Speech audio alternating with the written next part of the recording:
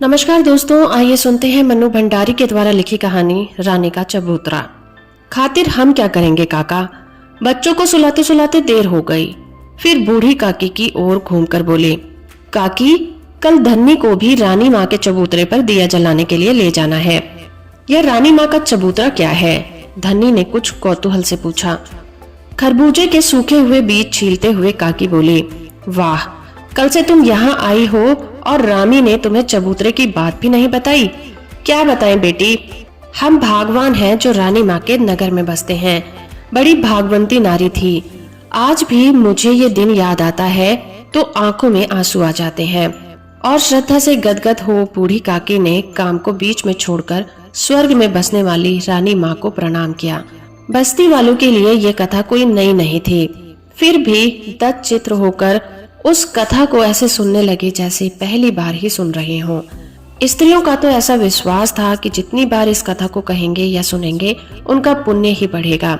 हाथों को माथे पर छुआकर फिर अपना छोड़ा हुआ काम संभाला और काकी बोली, कोई 10 साल पहले की बात होगी।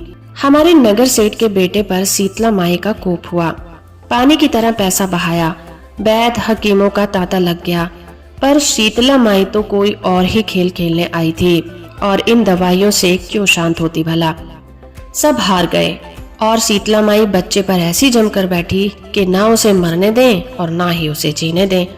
माँ तो सेवा करते करते सूखकर काटा हो गई, न खाने की सुध और न सोने की। भाग से एक साधु द्वार पर आया। रानी माँ की सूरत देखकर ही सारी बात समझ गया। वो कोई ऐसा वैसा साधु भी नहीं, शीतला माई का भेजा हुआ साधु ही था। बोला, बेटी तेरा बच्चा मौत के मुंह में है, पर तेरे प्रताप से ही बचेगा। 7 दिन तू अन्न जल का त्याग कर दे, तेरा बच्चा उठ खड़ा होगा। रानी माँ के प्राण तो पहले ही आंखों में आए हुए थे। उस पर 7 दिन का अन्न जल का त्याग। सबने बहुत समझाया कि साधु की बातों में मत आओ, पर वो नहीं मानी सो नहीं मानी। 7 दिन बाद बच्चा तो उठ खड़ा हुआ, पर रानी माँ जाती रही। काकी का गला भर्रा गया। पास बैठी फूलों ने आंचल से आंसू पोंछ डाले। धन्नी, जिसने अभी तक बच्चे की सूरत नहीं देखी थी, उसके मन में जाने कैसा शोल चुभने लगा। काकी ने टूटा हुआ सूत्र जोड़ते हुए कहा, सारा गांव इकट्ठा हुआ उस देवी के दर्शन करने को। अर्थी ऐसे उठी कि राजा महाराजाओं की भी क्या उठेगी। नगर सेठ ने बहू बीच में ही बात काटकर फूलों बोली, केसर के छींटे की बात तो कही ही नहीं। फिर उसने कुछ इस भाव से धन्नी को देखा मानो कह रही हो, इस घटना की राय रत्ती बात केवल काकी ही नहीं वह भी जानती है। हाँ बेटी, जब उसकी अर्थी उठी तो आसमान में केसर की बूंदें बरसी थीं। और तमाशा देखो, इतनी भीड़ में से क्या मजाल जो एक छींटा भी दूसरे पर पड़ जाए, बस खाली अर्थी पर ही पड़ रहे थे छींटे। फिर सेठ जी ने अपने बगीचे में रानी माँ की याद में एक चबूतरा बनवाया। हर पूर्णमासी को नगर की औरतें वहाँ दिया जलाने जाती हैं और बच्चों के लिए मनौती मांगती है। रामी ने जरा काकी की ओर झुककर फुसफुसाते स्वर में कहा, धन्नी को भी इसलिए बुलाया है काकी कि कल इससे दिया जलवा दूं। ब्याह तो 4 साल होने आए, अभी तक कोख नहीं फली। 1-2 साल और बीत गया तो वो किसी और को घर में डाल लेगा। भगवान करेगा तो साल बीतते न बीतते गोद में बाल गोपाल खेलने लगेगा। रानी माँ का आशीर्वाद कभी अकारत नहीं जानेगा। धनी लजा गई। साथ उसने यह भी महसूस किया कि यहाँ आकर उसने अच्छा ही किया। काकी से जरा दूर बैठा गोपाल, जो बस्ती का सबसे मस्खरा जवान था, बोल उठा, काकी मैं तुम्हारा और तुम्हारी रानी माँ का कमाल तब मानूं जब तुम गुलाबी को रास्ते पर लगा दो। नाम मत लेना उस चुड़ैल का मेरे सामने। वो कोई माँ है? कसाइन है कसाइन। नहीं तो रानी माँ के चबूतरे में तो वह ताकत है कि पत्थर में भी ममता उपज जाए, पर वह तो हेकड़ी वाली ऐसी कि उधर कभी मुंह नहीं करती। भगवान करे उसका सत्यानाश हो जाए, सारी बस्ती पर किसी दिन पाप ला देगी। काका ने स्वर को जरा कोमल बनाकर कहा, क्यों कोस रही है जेठा की माँ? बेचारी मुसीबत की मारी है। तुम्हारा तो दूध ही झरता रहता है उसके लिए। बड़ी मुसीबत की मारी है। गुलाबी के प्रति काका की इस सहानुभूति से चिढ़कर काकी बोली, मुसीबत की मारी है तो सारी बस्ती मदद करने को तैयार है, पर वह तो हेकड़ी वाली ऐसी कि अपना ठेंगा ऊपर रखेगी। अरे मैं तो कहूँ, जो अपने आदमी को झाड़ू मारकर निकाल दे वो किसकी सगी होगी। अब आदमी तो उसका था ही ऐसा कि मारकर निकाल दिया जाए। वो पसीना बहाकर कमाती और वो घर बैठा दारू पीता। आखिर उसे 2 बच्चों भी तो पालने थे। काका ने फिर गुलाबी का पक्ष लिया। काकी तैश में आ गई और बात रानी माँ से सरक कर गुलाबी पर आ गई। बड़े बच्चे पाल रही है, मुंह झोसी। सवेरे उस काल कोठरी में बंद करके जाती है तो शाम को आकर खोलती है। गुलाबी के बगल की कोठरी में रहने वाली रामी बोली, काकी धन्नी तो आज ही कह रही थी कि जीजी मुझे दिला दो एक बच्चा, मैं पाल लूंगी। वह क्यों देने लगी? वह तो उसको कोठरी में बंद करके मारेगी। काकी अपना वाक्य पूरा भी नहीं कर पाई थी कि दूर खड़ी एक छायाकृत पास आई और बोली, मारूंगी तो अपने बच्चे को मारूंगी, तेरे बच्चे को नहीं मारूंगी। तू क्यों बच्चे की चिंता में सूख रही है? खबरदार, जो आगे से नाम लिया मेरे बच्चों का, बड़ी धर्मात्मा बनी बैठी है। गुलाबी की उपस्थिति से क्या स्त्री वर्ग और क्या पुरुष वर्ग दोनों ही जरा चौंक पड़े। काकी ने बात संभालते हुए कहा, क्यों बिगड़ रही है गुलाबी? हम तो तेरे भले की बात कह रहे हैं। बंद करके जाती है, कभी गर्मी में अंदर के अंदर ही घुटकर मर गए तो 5 पैसे का प्रसाद चढ़ाऊंगी, पर मरे भी तो मेरी जान को लगे हुए हैं निगोड़े। तू तो प्रसाद चढ़ाएगी पर सारी बस्ती को तो हत्या लगेगी। हमें क्यों पाप में सान रही है? बड़े आए बस्ती वाले। पहले कोठरी खोलकर जाती थी तो मेरा छोरा सरकते सरकते मोरी में आकर गिर गया, किसी ने उठाया तो नहीं। बड़े अपने बनते हैं, छोरा भी तो जाने किस माटी का बना हुआ है। सारे दिन मोड़ी के पानी में पड़ा सड़ता रहा पर मरा नहीं, मर जाता तो पाप कटता। गुलाबी क्रोध में बड़बड़ाती हुई गली के नल पर चली गई। कहो काकी कैसी रही? गोपाल ने छेड़ते हुए पूछा। कौन मुंह लगे उस चुड़ैल के? पर काकी का मन इतना खिन्न हो उठा कि वे अपने बीजों की पोटली उठाकर चल दी। धीरे धीरे सभी उठकर गए और चबूतरे की सभा विसर्जित हो गई। सवेरे 7 बजे की सीटी बजी तो गुलाबी ने एक झटके के साथ अपनी कोठरी का दरवाजा बंद किया। उसे बगल की कोठरी में से रामी और धन्नी की फुसफुसाहट सुनाई दी। बिना पूरी बात सुने ही वो भभक उठी। जितनी बातें बना सको बना लो चुड़ैलो, मैं तुम्हारी दबैल नहीं जो डर जाऊंगी। रामी ने वहीं बैठे बैठे हाँक लगाई। अपने रास्ते लग गुलाबी, किसका हिया फूटा है जो सवेरे सवेरे तुझ नास पीटी का नाम लेगा? गुलाबी कुछ कहती उसके पहले ही उसके 2 साल के बच्चे का क्रंदन कोठरी की दीवारों में चीरकर गली के सुनसान वातावरण में फैलने लगा। चलाकर उसने कोठरी खोली और अपनी 9 साल की बेटी मेवा की पीठ पर एक लात जमाते हुए बोली, 9 बरस की धींग हो गई है, एक बच्चा भी नहीं रखा जाता, चल उसे गोद में उठाकर रख। और उसी छल्लाहट में उसने कोठरी बंद कर दी और दौड़ पड़ी। 7 की सीटी बज चुकी थी और वो जानती थी कि अब यदि वह सारा रास्ता दौड़कर भी पार नहीं करेगी तो ठेकेदार वहां बैठी अनेक उम्मीदवारों में से किसी को भी काम दे देगा और वह आज की मजदूरी से जाती रहेगी। फिर वो सत्तू नहीं ला सकेगी, दाल नहीं ला सकेगी। उसने गति और बढ़ा दी। उस समय वह भूल गई कि रामी ने उसे नास पीटी कहा है या फिर उसका बच्चा रो रहा है। शाम को वो लौटी तो क्लांत हाथों में उसने अपनी कोठरी का दरवाजा खोला। देखा मेवा एक कोने में लुढ़की पड़ी सो रही है और 2 साल का वो मांस का लोथड़ा मैले में सना हुआ मिमिया रहा था। रोने की ताकत तो उसमें शायद रही भी नहीं थी। गुलाबी ने एक पूरे हाथ की धौल कोने में सोती हुई छोकरी की पीठ पर जमाई। पड़ी पड़ी सो रही है चुड़ैल, चल उठकर चूल्हा जला। और वो उस मैल में सने बच्चे को उठाकर गली के नल पर चली गई। बराबर उसके मुंह से गालियां बरस रही थीं। चबूतरे पर उस समय काका अकेले बैठे थे। गुलाबी को बड़बड़ाती हुई जाते देखा तो टोक दिया, किसे कोस रही है गुलाबी? अरे कभी तो तू भी हंस बोल लिया कर। हंस बोलकर मुझे किसी को रिझाना नहीं है, बड़े आए हैं सीख देने वाले। तुम्हें तो नहीं कोस रही हूँ उस दारूखोर को जो मेरी जान को ये कीड़े मकोड़े छोड़ गया है। और मैं तो तेरे भले की बात कर रहा हूँ। 4 जनों के बीच आकर बैठा कर तो तेरा भी मन बहल जाए, पर तू तो सबको काटने को दौड़ती है। हाँ मैं तो कटखनी हूँ, क्यों मेरे मुंह लगते हो? ज्यादा बकवास की तो 2-4 तुम्हें भी सुना दूंगी। बड़े आए दर्द दिखाने वाले। और वह भिन्नाती हुई नल पर चली गई। छोकरे को धोया, कपड़ा धोया और बड़बड़ाती अपनी कोठरी की ओर चल पड़ी। काका ने फिर उसे नहीं टोका। चूल्हे पर दाल चढ़ाकर बच्ची को गोदी में उठाकर वह सुस्ताने लगी। सारे दिन की कैद भोगकर मौका पाते ही मेवा कोठरी के बाहर भाग गई। जब दाल सत्तू तैयार हो गया तो गुलाबी ने मेवा को खाने के लिए आवाज दी। मेवा आई तो उसके हाथों में कांच की हरी चूड़ियां चमक रही थीं। गुलाबी की नजर पड़ते ही उसने पूछा, ये चूड़ियां कहाँ से लाई री? मेवा चुप। मैं पूछती हूँ ये चूड़ियां कहाँ से लाई? मेवा चुप। सुनाई नहीं देता क्या? बहरी हो गई है? और उसके गाल पर तड़ातड़ चाटे पड़ गए। चोरी करके लाई है ना? आज सब तो चबूतरे पर दिया जलाने गए हैं, किसी के घर से चुरा लाई है क्यों? चोटी। मुंह से गालियां और हाथों से चाटे पड़ने लगे। मेवा ने चीख चीख कर सारी गली को सिर पर उठा लिया। तभी दिया जलाकर लौटी हुई रामी और धन्नी आ पहुंची। अरे अरे, छोरी के प्राण लोगी क्या? मेवा को अपनी तरफ खींचती हुई रामी बोली। मैं इसकी खाल खींच कर रख दूंगी, तू बीच में मत बोल रामी, नहीं तो सच कहती हूँ 2 हाथ तेरे भी पड़ जाएंगे। मेरी छोकरी चोरी करे। और उसका स्वर भिज गया। देखते देखते अच्छी खासी भीड़ जमा हो गई। जरा सा अवसर मिलते ही गुलाबी फिर एक चांटा जड़ देती है। बूढ़े काका मेवा को दूर ले गए। तब गुलाबी चिल्लाई, छोड़ दो काका, मेरी छोरी को ले गए तो ठीक नहीं होगा। आज तुम बचाने आए हो, कल तुम लोग ही इसे चोटी कहते फिरोगे। किसी ने स्थिति को संभालते हुए कहा, चोरी नहीं की है उसने, वह तो रामेश्वर ने उसे दी है, नाहक मार दिया बच्ची को।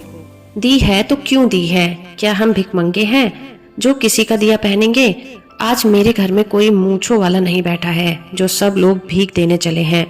थू है उन लोगों पर, बड़े आए हैं दया दिखाने वाले। मेवा को काका के पास सुरक्षित समझकर सबने सोचा कि अब इस गुलाबी से बहस करना बेकार है, एक की 4 सुनने को मिलेगी। सो सब चुपचाप खिसक गए। धन्नी जो आज रानी माँ के चबूतरे पर दिया जलाकर जाने कैसी कैसी आशाएं मन में सजोकर आई थी, बोली, जब ये किसी की बात सुनती ही नहीं तो तुम लोग क्यों इसके पचड़े में पड़ती हो जीजी? लड़ाई झगड़ा तो चलता ही रहता है। सवेरे नल पर देखा है ना, कैसी कैसी गाली गलौज होती है, सिर फुटोवल की नौबत आ जाती है, पर सांझ को सब जैसे के तैसे। 4 जने रहते हैं तो कहना सुनना तो चलता ही रहता है बहन। गुलाबी ने कांच की चूड़ियों के टुकड़े बटोरकर अपने लिए जगह बनाई और बच्चे को लेकर सो गई। उस रात उसके यहाँ खाना पीना नहीं हुआ। काका मेवा को लाकर छोड़ गए। तब उसे मालूम पड़ गया, पर वह फिर कुछ बोली नहीं। एक बात ही उसके मन में घूम रही थी कि उसकी लड़की ने चोरी की है।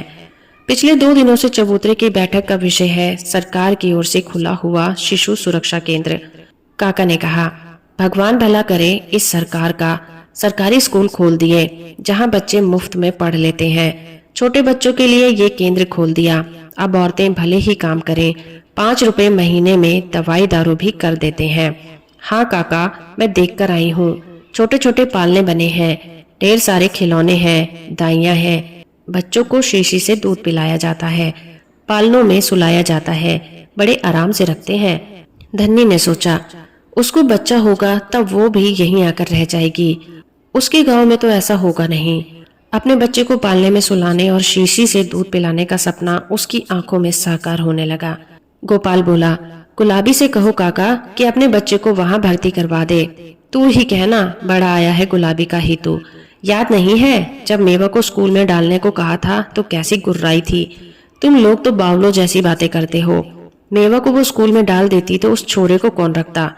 तो अच्छी तरह मना करती, वह तो बस काटने को दौड़ती है। अरे धीरे बोल काकी, नहीं तो अभी कहीं से निकलकर बम गिराने लगेगी। जब उसकी बात करो तभी टपक पड़ती है। पर उस दिन गुलाबी नहीं टपकी। दूसरे दिन जब चबूतरे पर बैठक लगी तब भी इसी तरह की चर्चा चल रही थी।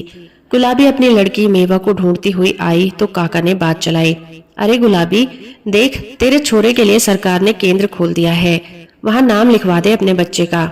सरकार मेरी कसम है ना जो केंद्र खोल देगी मेरे लिए। ये सब तो पैसे वालों के चोचले हैं। मेरे कौन मर्द कमाने वाला बैठा है जो 5 रुपए महीने के दे दिया करेगा? बस्ती वाले चंदा कर देंगे री, तू जाकर नाम तो लिखा आ। किसी के दान पुण्य पर पलने वाली नहीं है गुलाबी, थूकती है तुम्हारे चंदे पर। और अपनी लड़की को घसीटते हुए गुलाबी वहां से चली गई। लो और खाओ लड्डू, काकी ने चिढ़ाते हुए कहा। बिना गुलाबी से 2-4 झिड़कियां सुने इन्हें चैन नहीं मिलता। आज रामी नहीं आई। बात का प्रसंग बदलने के लिए काका ने पूछा, धन्नो को विदा करने गई है? और इधर उधर की बातें करके सभा समाप्त हो गई। दूसरे दिन गुलाबी ने उठकर उसकी कोठरी की दीवार पर लगाए हुए सुरक्षा केंद्र के विज्ञापन को फाड़ फेंका। जहाँ कहीं भी उसे विज्ञापन दिखाई देता वो उसे फाड़ डालती। लोग देखते तो हंसने लग जाते। भरी दोपहरी में गुलाबी रेत की तगड़ियां उठा उठाकर पकड़ा रही थी। कुछ औरतें एक देहाती गीत गा रही थी और छत कूट रही थी। ठेकेदार रह रहकर कुछ आदेश देता जा रहा था। गुलाबी का ध्यान अपने काम में था, पर अचानक ठेकेदार का स्वर उसके कान में पड़ा। पूरी बात तो वह सुन नहीं पाई, बस इतना सुना, इसी तरह तो जरा से आंधी पानी से घरों की छतें टूट जाती हैं। जरा अच्छी तरह उसने आसमान की तरफ देखा, कहीं बादल नहीं थे। फिर भी उसका हाथ रुक गया और उसके सामने उसकी कोठरी की टूटी फूटी छत घूम गई। यदि किसी दिन छत गिर जाए तो हाथ चलाए ना, कड़क कर बगल वाली औरत ने कहा। वो कब से रेत की तिगाड़ी लिए खड़ी थी। एकाएक गुलाबी को होश आया। चला तो रही हूँ, कौन तेरे बाप की नौकर हूँ जो हुक्म चला रही है। शाम को गुलाबी जब घर लौटी तो ठेकेदार से थोड़ी सी सीमेंट और चूना मांग लाई। खा पीकर जब सब सो गए तो गुलाबी के घर से खटर पटर की आवाज सुनाई दी। गली में सोए हुए गोपाल ने पूछा, आधी रात को क्या कर रही है गुलाबी? तेरी कब्र खोद रही हूँ। जाने कैसे लोग हैं इस बस्ती में कि गुलाबी के टांग में अड़ाए बिना इन ससुरों की रोटी हजम नहीं होती। मर चुड़ैल। और गोपाल सो गया। उस दिन सारी रात कोठरी में कुछ न कुछ होता ही रहा। दूसरे दिन रामी ने आकर चबूतरे की बैठक पर सूचना दी कि गुलाबी काम से लौटी, खाया पिया और फिर बच्चों को बंद करके कहीं चली गई। जब रामी से पूछा तो गुर्राकर बोली, जा रही हूँ अपने खसम से याराना करने। तू भी चलेगा क्या? साथ ही रामी ने यह भी बताया कि उस बात को घंटा भर हो गया है, पर अभी तक गुलाबी नहीं लौटी। बच्चे दोनों बंद पड़े हैं। कुछ कौतूहल और कुछ उपेक्षा मिश्रित क्रोध से सारी बैठक गूंजने लगी। क्यों गई, कहाँ गई? इस तरह तो बच्चे मर जाएंगे। ये कैसी माँ है? आदि अनेक बातें उठी और खत्म हो गईं। जानने की इच्छा सबके मन में थी, पर किसी में साहस नहीं था जो जाने पर उससे पूछ सके।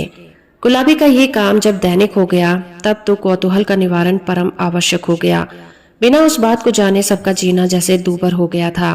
काका ने अनुमान से कहा, कहीं चौका बर्तन का काम करने जाती होगी। और क्या करेगी बेचारी? तुम्हारे लिए होगी बेचारी, काके ने गुर्राते हुए कहा। हत्यारिन कहीं की, क्यों जाती है चौका बर्तन करने? मजदूरी से क्या गुजर नहीं होता? मुझे तो उसके लक्षण ठीक नहीं नजर आते। बच्चों की जान लेकर धन कमाएगी। क्या करना है ऐसे पैसे का? क्यों पर निंदा करती हो? उसकी वो जाने। बाहर से आते हुए गोपाल ने कहा, काका चलो तुम्हें सिनेमा दिखा लाऊं। पर काकी को इस समय यह मजाक नहीं भाया। वो गुलाबी की ही बात सोच रही थी। उसने धीमे से रामी से कहा, तू तो उसके पास वाली कोठरी में रहती है, जरा नजर रखा करना उधर।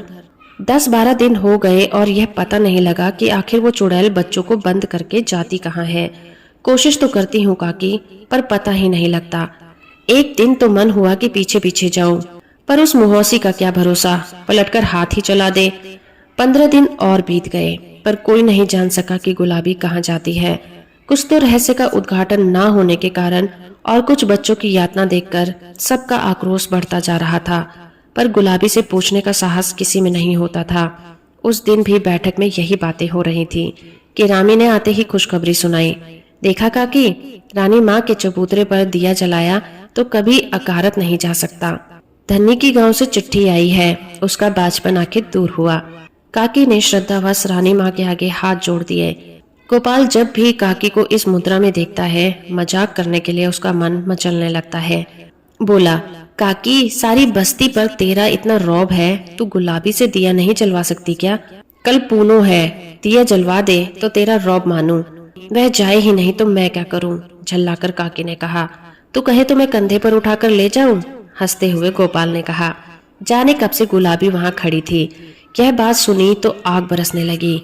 आया है बड़ा गुलाबी को ले जाने वाला। हाथ तो लगा कर देख, असल मर्द का बच्चा हो तो आ जाना कल। फिर औरतों को लक्ष्य करके बोली, तुम ही माँ बन बनकर लाट लड़ाओ अपने बच्चों के और दिया जलाओ चबूतरे पर। मैं तो कसाईन हूँ, हत्यारन हूँ। जब ये नाच पीटे मर जाएंगे तो उस दिन इकट्ठा ही दिया जलाऊंगी। बड़ी सब गुलाबी की चिंता कर करके मरी जा रही हैं चुड़ैल कहीं की। और वे अंधेरे में ही गायब हो गई। दूसरे दिन जब सब घरों में चबूतरे पर जाने की तैयारी हो रही थी, गुलाबी अपनी कोठरी में बैठकर बच्चों के लिए सत्तू घोल रही थी। सत्तू घोलकर उसने मेवा के सामने सरका दिया। मेवा ने पूछा, तू क्या खाएगी? मुझे भूख नहीं है, चुपचाप खा ले। कल भी तो तूने नहीं खाया था माँ। कह रही हूँ खा ले चुपचाप। सो नहीं होता, जीभ लड़ाई जा रही है बैठी बैठी। तू तो आजकल जरा सा ही सत्तू लाती है माँ। अरे अपने लिए नहीं लाती। गुलाबी ने तड़ाक से एक चाटा जड़ दिया। सत्तू खाती है या मार खिलाऊं? दोनों बच्चों का जब खाना पीना समाप्त हो गया तो गुलाबी ने हांडिया से पैसे निकाले, बड़ी सावधानी से उन्हें आंचल में बांधा और जैसे ही मुड़ी तो देखा रामी दरवाजे पर खड़ी उधर की ओर देख रही है। बिना एक शब्द बोले उसने दरवाजा बंद कर दिया और चली गई। जब सब औरतें वहां इकट्ठी हुईं तो रामी बोली, दैया रे, आज गुलाबी ढेर सारे पैसे आंचल में बांध कर गई है, वापस लौट आए तो समझना। पैसे बांध कर? पैसे बांध कर? हाँ हाँ, मैंने अपनी आंखों से देखा है। मुझे तो लगता है चौका बर्तन की आड़ में कोई और ही लीला चल रही है। कौन उस पर नियत बिगाड़ेगा? सूखा छुहारा तो है। मर्दों का कोई भरोसा नहीं, जो ना कर गुजरे सो थोड़ा। रामी मुस्कुराई। जब दिया जलाकर औरतें लौटी तो देखा कि गुलाबी की कोठरी वैसे ही बंद थी। जल्दी जल्दी कपड़े उतारकर चबूतरे पर बैठक हुई। सारी बातें बढ़ा चढ़ाकर बताई गई। रोज कब तक लौट आती थी? काका ने पूछा। इस समय तक तो लौट आती थी, रामी ने कहा। आज तो वो नहीं लौटने की, सारी बस्ती का मुंह काला कर गई चुड़ैल। उसके बच्चों को कौन पालेगा अब? चूल्हे में जाए उसके बच्चे, माँ होकर जब उसे ही दर्द नहीं आया तो हम ही को क्या पड़ी है। गोपाल ने कहा, चाहे कुछ भी खर्च हो जाए, कल ही जाकर रानी माँ के चबूतरे के पास ही एक गुलाबी का चबूतरा भी बनवाऊंगा। जब वहां दिया जलाने जाऊं तो लगे हाथ ही किन किन कर 10 जूते इसके चबूतरे पर भी मार आया करना। तभी काका ने सबका ध्यान गली के मोड़ की ओर आकृष्ट किया। चांदनी के प्रकाश में सबने देखा कि गली के ही 2 आदमी गुलाबी के अचेत शरीर को उठाकर ला रहे हैं। चबूतरे की सारी भीड़ उसकी ओर दौड़ पड़ी। क्या हुआ? कहाँ थी? बेहोश कैसे हो गई? प्रश्नों की झड़ी सी लग गई। सबको वहीं छोड़कर काकी और रामी ने उसे अचेत शरीर को संभाला और रामी की कोठरी में लिटा दिया। काका अंदर आ गए, बाकी भीड़ को बाहर ही रखा। पानी के छींटे डालो और हवा करो, काका ने कहा। रामी उठकर पानी लाई और काकी हवा करने लगी। उसका आंचल हटाया तो बोली, हाय राम, इसका पेट तो पीठ से चिपक रहा है। लगता है मानो 2-3 दिन से कुछ खाया ही नहीं है। रामी, थोड़ा सत्तू हो तो घोल कर ला। देख रही हो? काका ने अपनी नजर गुलाबी के सूखे मुरझाए चेहरे पर टिकाए हुए कहा। 1 महीने में क्या से क्या हो गई, जैसे बुढ़ापा आ गया है। 1 महीने से मैंने इसे पास से नहीं देखा था। और देखो इसके कपड़े ढीले कर दो, उमस भी तो कितनी है। काकी ने अंगिया के बंद ढीले कर दिए तो अंगिया से एक कागज की एक पुड़िया सरक कर जमीन पर गिर गई। काका ने कहा, देखें क्या है इसमें। काकी ने पुड़िया पकड़ा दी। काका ने दिए के धीमे प्रकाश में पुड़िया को खोला तो देखा कांच की 2 छोटी छोटी हरी चूड़ियां और शिशु सुरक्षा केंद्र की 5 रुपए की रसीद थी। तो दोस्तों, अभी आप सुन रहे थे मन्नू भंडारी के द्वारा लिखी कहानी रानी माँ का चबूतरा। उम्मीद करती हूँ मेरा ये प्रयास और ये कहानी आपको अच्छी लगी होगी। वीडियो को लाइक और चैनल को सब्सक्राइब करना बिल्कुल मत भूलिएगा।